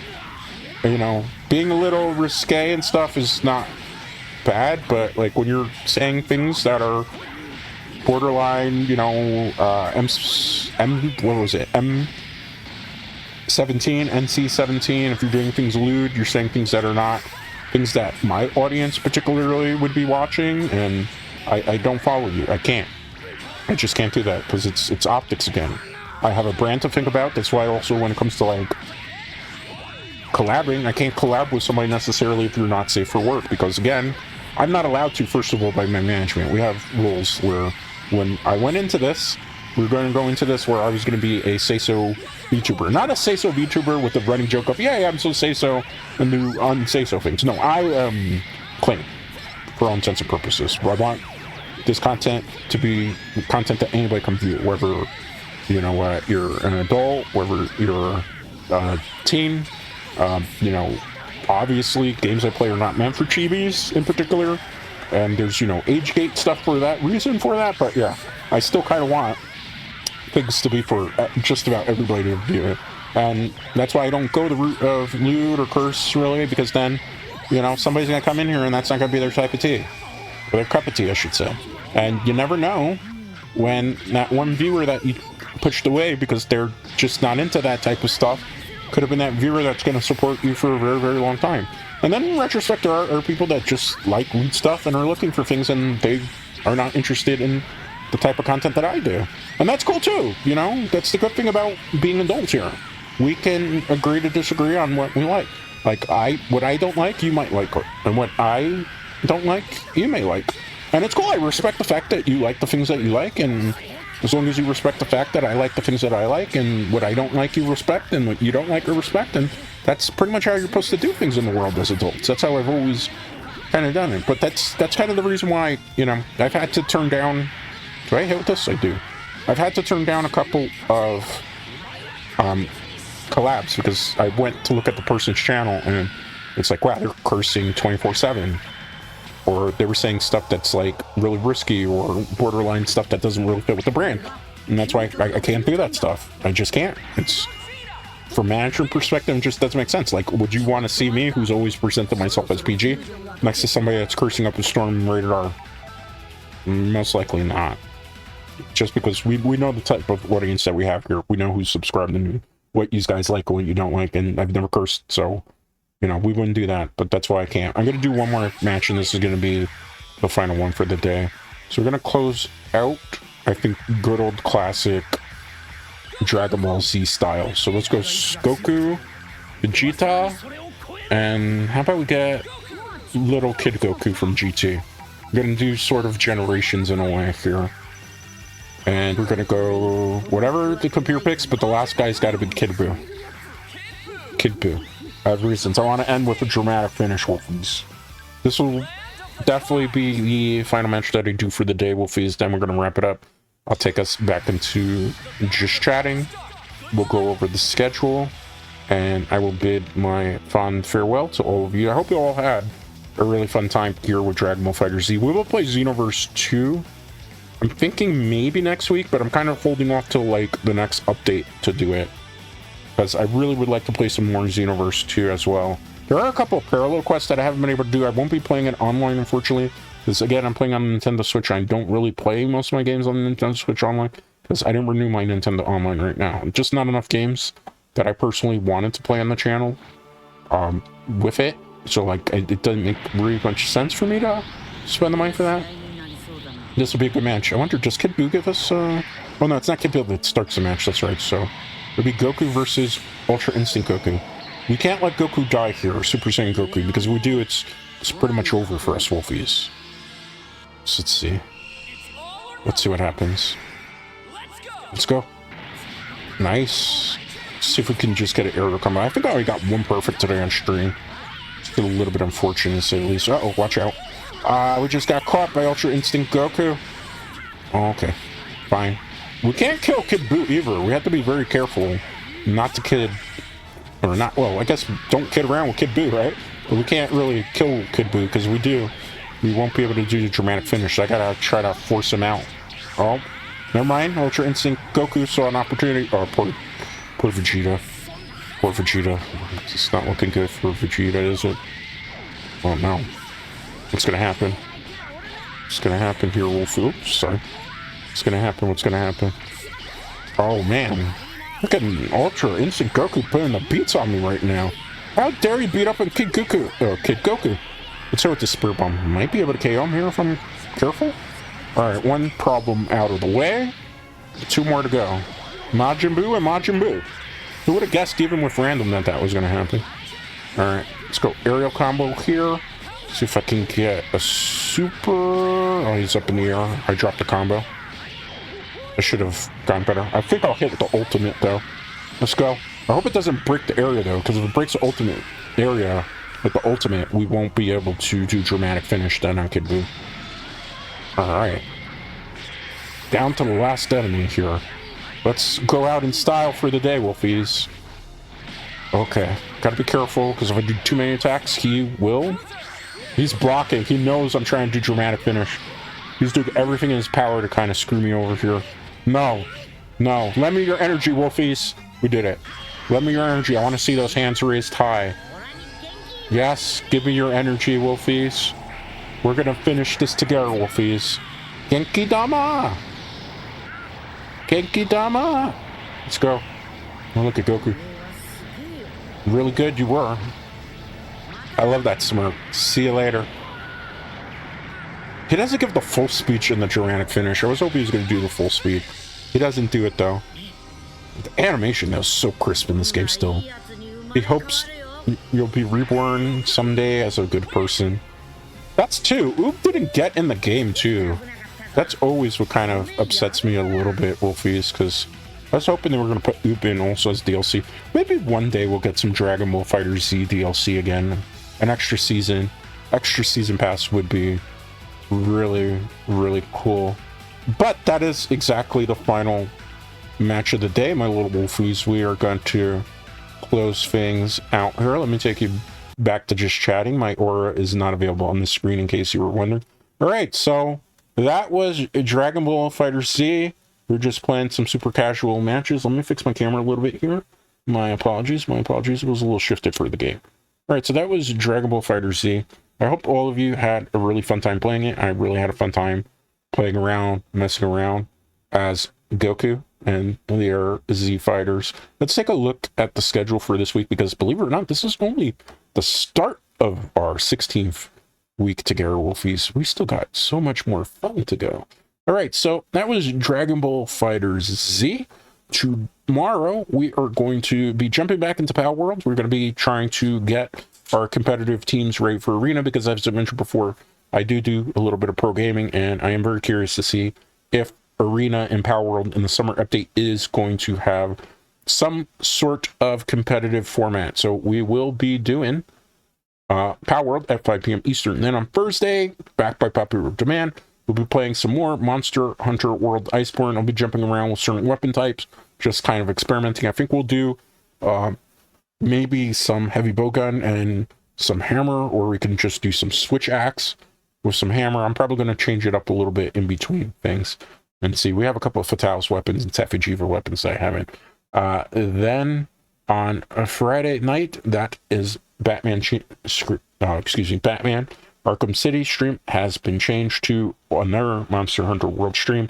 So the schedule is a little bit changed up here. We will be doing another Monster Hunter World that day. So we have like 2 nights of Monster Hunter back to back, because I'm going to push back Batman Arkham City again, just because we want to give viewers a little bit more of what they want, and we have seen a little bit of a drop off in Batman. So we'll do the finale. The finale is probably going to be a guerrilla stream of some nature, so definitely be on the lookout for it when it does happen in the not too distant future, but will not be on the rotation for this week, unfortunately. I'm sorry. I know some people are waiting, but we have to do what people want to see.